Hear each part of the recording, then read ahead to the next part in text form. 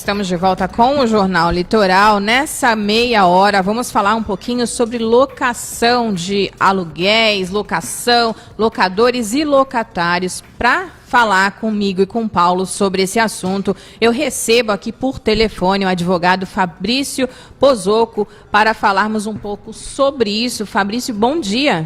Bom dia, eu quem agradeço a oportunidade de estarmos conversando hoje e levar as informações aos nossos ouvintes. Então vamos lá, por telefone já não tem a mesma dinâmica, mas nós selecionamos algumas perguntas aqui, inclusive dos nossos ouvintes, Fabrício, então a gente vai conversando assim. O IGPM teve um índice de alta de 2,58% no começo do ano. Todo aniversário de contrato tem o reajuste de aluguel. Vamos começar falando sobre esse assunto. Muitas pessoas perderam seus empregos ou tiveram que reduzir seus gastos e ainda estamos aí em pandemia. Como, mesmo com essa alta, é possível ter um aumento dos aluguéis, doutor? Bom, a primeira coisa que a gente precisa entender é efetivamente que o índice do IGPM é um índice que é utilizado costumeiramente em relação à questão dos aluguéis, né? Até por uma segurança jurídica, vale aquilo que está escrito no contrato. Então, efetivamente, se o seu senhorio tiver o interesse, né, de estar aumentando o aluguel, baseado nesse índice do contrato, ele poderia estar fazendo isso. Agora, em termos fáticos, né, ou seja, no dia a dia, é muito comum que pessoas, na verdade, que os proprietários de apartamento não façam esse aumento ou não repassem todo esse aumento para os seus inquilinos, exatamente porque existe o perigo desses inquilinos acabarem saindo e ele ficar com o imóvel desalugado, o que efetivamente seria muito pior, principalmente nesse período de pandemia.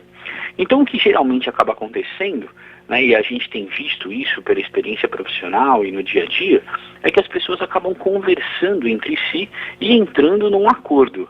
Olha, eu não repasso o valor integral para você sobre essa situação e você, na verdade, diminui o aumento, renova-se o aluguel por um período um pouco maior, né, o contrato. Então, se o contrato era de 1 ano, então a gente aumenta para 2 anos, mas faz um repasse menor do aluguel e situações nesse sentido. Então a gente tem observado que tanto locadores quanto locatários têm conversado da melhor maneira possível para não repassar todo esse valor do IGPM, desse aumento específico.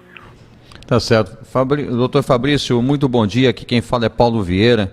Antes de mais nada, é um prazer falar com o doutor nesse momento. Lembrando que o doutor já foi meu professor, então eu continuo. Quem já foi professor é eterno professor, não tem jeito.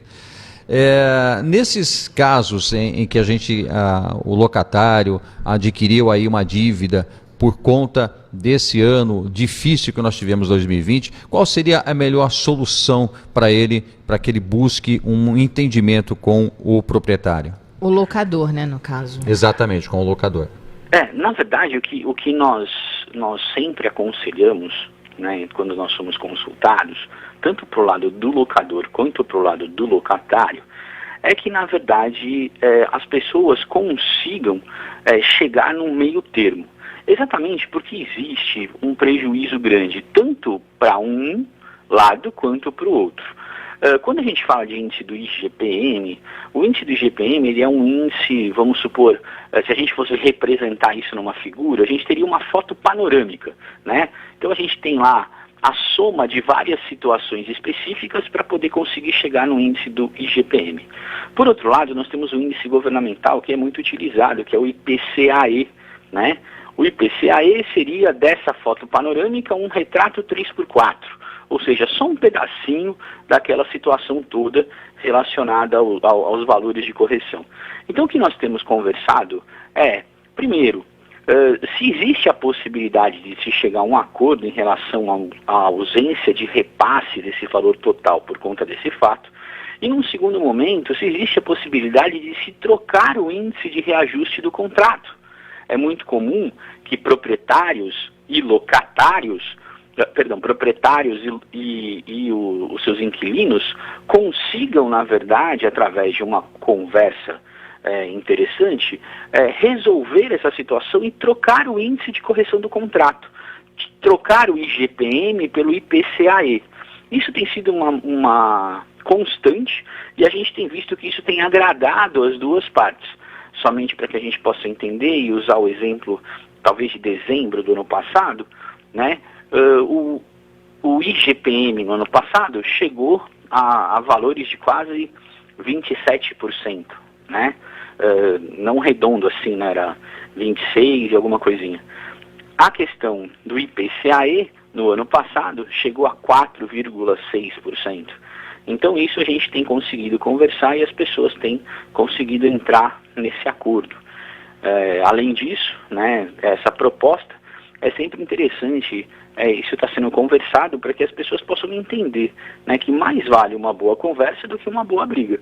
Né, porque no judiciário, se isso vai para o judiciário, a situação tende aí a demorar muito mais e muitas vezes a solução ela não aparece. E acaba não valendo a pena também, né, para o dono do imóvel, quando vai para essa instância também, né, doutor? Sim, ele acaba gastando mais, né, ele acaba tendo aí um gasto, né, efetivo com o profissional de direito, advogado, custas de processo, essas coisas todas, e acaba ficando com o imóvel desalugado, né, o que efetivamente não é interessante para ninguém, principalmente nesse momento de pandemia. Doutora, uma questão também que é importante para a gente colocar aqui é sobre os inquilinos que entram e fazem aí suas reformas. Existe a possibilidade desse valor, desse dinheiro investido ser ressarcido ou não? A partir do momento que eu entro naquele imóvel, o que eu fizer ali, eu sei que eu estou fazendo porque eu quero. Vamos colocar assim mais simplificado para as pessoas que estão nos ouvindo entender. Então, tudo tem a ver com os termos do contrato que foi assinado, tá?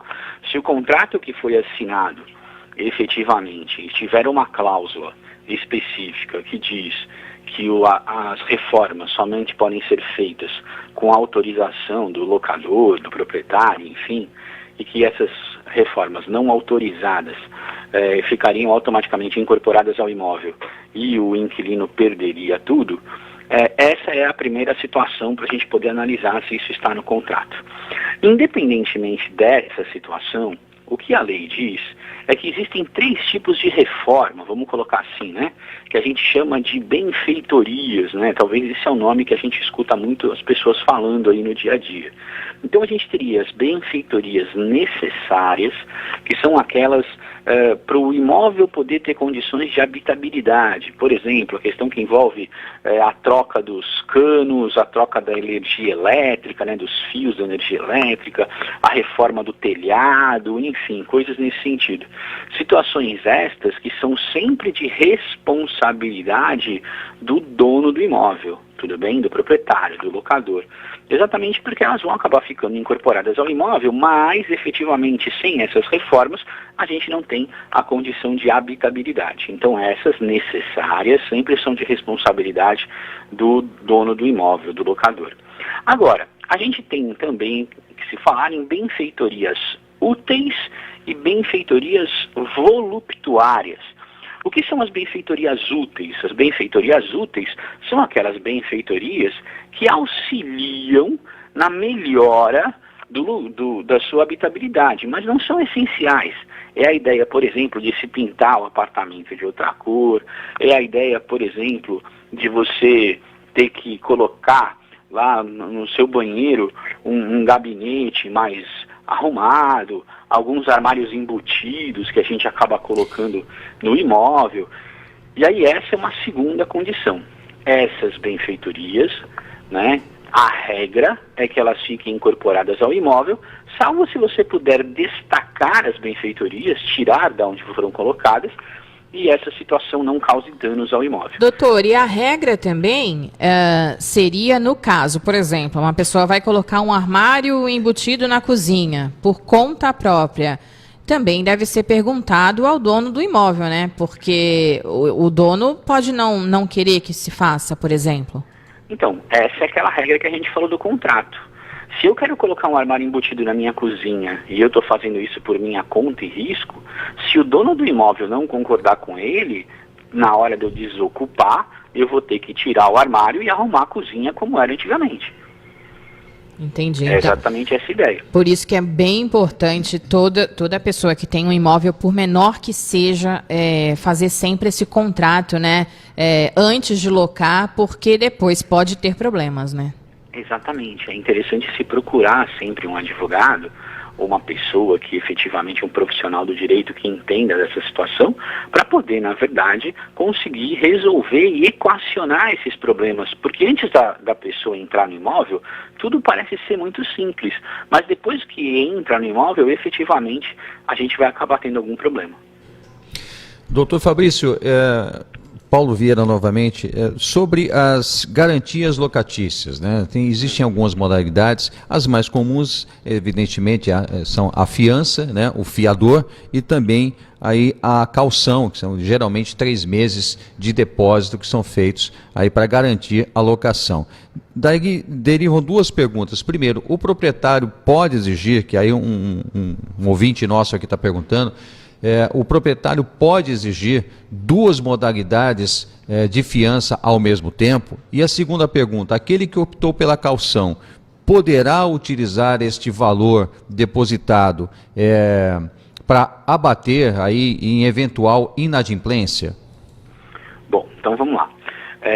A primeira coisa é a questão das garantias, né? Então hoje a gente realmente tem as mais comuns, que são fiança, caução, tem também agora uma que tem feito bastante sucesso, que é o tal do título de capitalização, que também são colocados, enfim.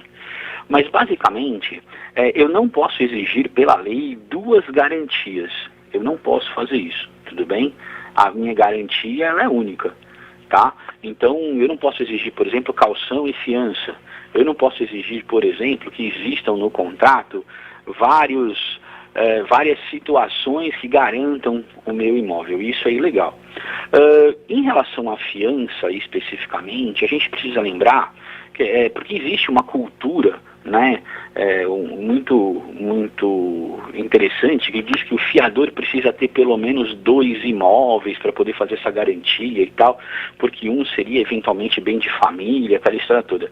Isso na verdade não existe, tudo bem? Exatamente porque a própria lei de locação, ela é clara em dizer que para garantia do imóvel, no caso da fiança específica, quando é feita, essa pessoa que funcionou como fiador, ela não tem objetivamente direito de bem de família. O fiador perde efetivamente esse direito do bem de família quando a gente fala de garantia de locação. Então o imóvel do fiador pode ser vendido, independente dele ter um só, ou 2, ou por aí vai, tá?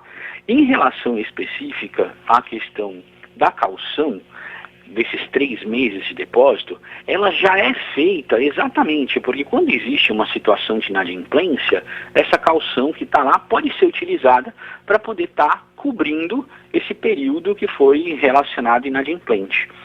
Lembra, efetivamente, que a caução, ela não é do proprietário do imóvel. A caução, na verdade, ela é um depósito que é feito, regra geral de 3 aluguéis, que ao final do contrato precisa ser devolvido efetivamente corrigido para aquele que deu a caução. Na prática, muitas vezes o que acontece é assim, né? As pessoas conversam e falam assim, olha, como você deixou 3 meses aqui, vamos abater os 3 últimos meses de aluguel do contrato e aí você não precisa pagar mais e fica por esse depósito que foi feito aqui. Na prática, muitas vezes acaba acontecendo isso, exatamente com a ideia dessa caução de poder cobrir eventuais despesas, né, ou eventuais pagamentos que deveriam ser realizados no momento e não foram. A ideia de cobrir a inadimplência, garantir-se pela inadimplência. Olha, tem o Nicolau Obeide está aqui conosco também, sempre na sintonia, e ele colocou aqui, se bloquear o imóvel no cartório de registro, que fica na fiança, é legal? Então vamos lembrar uma coisa. O imóvel, quando eu tenho um imóvel, e esse imóvel, geralmente, eu não sei se é esse tipo de pergunta, né, que está feita. Quando eu faço o contrato e eu coloco lá a fiança específica, existem algumas exigências de registrar-se esse contrato de locação exatamente no cartório de registro de imóveis, para que todas as pessoas tenham ciência de que aquele imóvel, na verdade, existe aí uma situação de fiança em contrato de locação. Na verdade, não existe um bloqueio específico do imóvel. Esse imóvel, ele pode ser vendido, ele pode ser feito o que for. Tudo bem? O que existe, na verdade, é só uma comunicação para todas as pessoas de que esse imóvel está vinculado a um contrato específico de locação.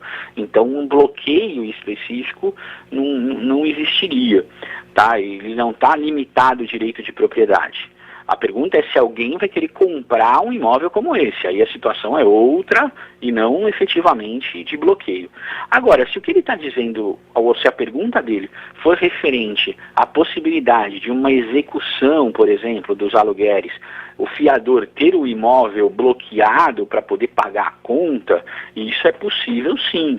Tá? A lei prevê exatamente como a gente está conversando que a fiança em contrato de locação, tá? Ela não subsiste, ou seja, ela não existe essa discussão de impossibilidade de se penhorar o imóvel porque é a casa de alguém.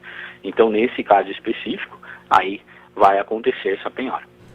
Doutor Fabrício, a gente já tinha colocado em pauta aqui, já para terminar, é a questão dos condomínios. A Carla, inclusive, ela mandou um questionamento agora aqui, colocando sobre ela é dona, ela é proprietária de um imóvel e o inquilino dela não paga o condomínio, e aí ela obviamente não deve ter um pacote, né? Ele não paga o condomínio há muito tempo e ela está tendo problema para retirar esse inquilino do imóvel dela. Como é que funciona essa questão, tanto do locador quanto do locatário também?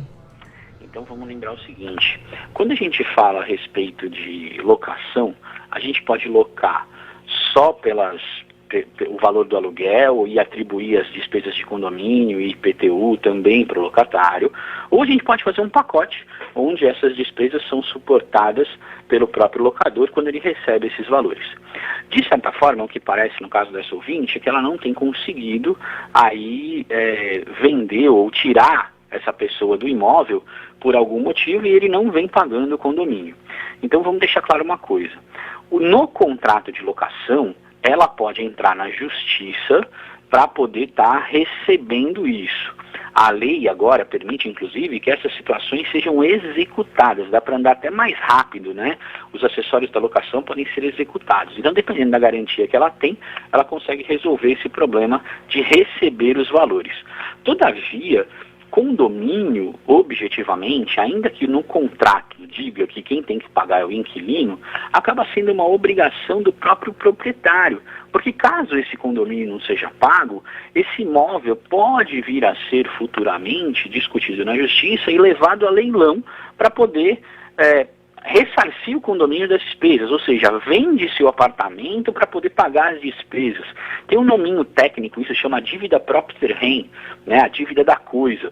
Então, quando a dívida é da coisa, a coisa acaba sendo vendida para pagar a dívida, e isso ela pode estar correndo risco. É importante que ela converse com um advogado da sua confiança, que ela procure a OAB da cidade, especificamente, para poder se orientar numa situação como essa e tomar a medida judicial cabível, porque se isso permanecer, ela pode vir efetivamente a perder o imóvel dela por conta desse fato. Então, mais uma vez, doutor, cabe aí fazer aquele contrato, né? Buscar alguém que realmente faça, porque às vezes a pessoa pensa em economizar e acaba fazendo aquela alocação para forma mesmo, para um conhecido, enfim, para alguém, e no final pode ser mais perigoso até e mais custoso lá na frente, né? Sim, efetivamente pode vir a ter esse problema, e aí com esse problema, né, o risco acaba sendo muito maior, né, dela perder o imóvel, dela ter um prejuízo muito maior. Por isso a ideia, quando a gente vê aqueles colantes nos carros, né, consulte sempre um advogado, aquela história toda, isso é muito importante. Daí ela consultar um advogado da confiança dela ou procurar a OAB da cidade em que ela reside para poder ter essas informações. Tá ótimo, doutor. Chegou ao final do nosso Jornal Litoral de hoje. Eu quero agradecer muitíssimo você ter participado, mesmo que por telefone. Espero que consiga vir aqui no nossos estúdios, que eu acho que fica até mais movimentado também, né? E a gente consegue resolver mais as demandas dos nossos ouvintes. Mas muito obrigada pela sua presença aqui no Jornal hoje e por ter elucidado aí algumas questões que acho que é sempre importante. Eu é quem agradeço essa oportunidade. Queria mandar um abraço a você, um abraço ao Paulo. e a todos os nossos ouvintes. Então, um abraço. Muito obrigado, doutor. E até uma próxima. Obrigada.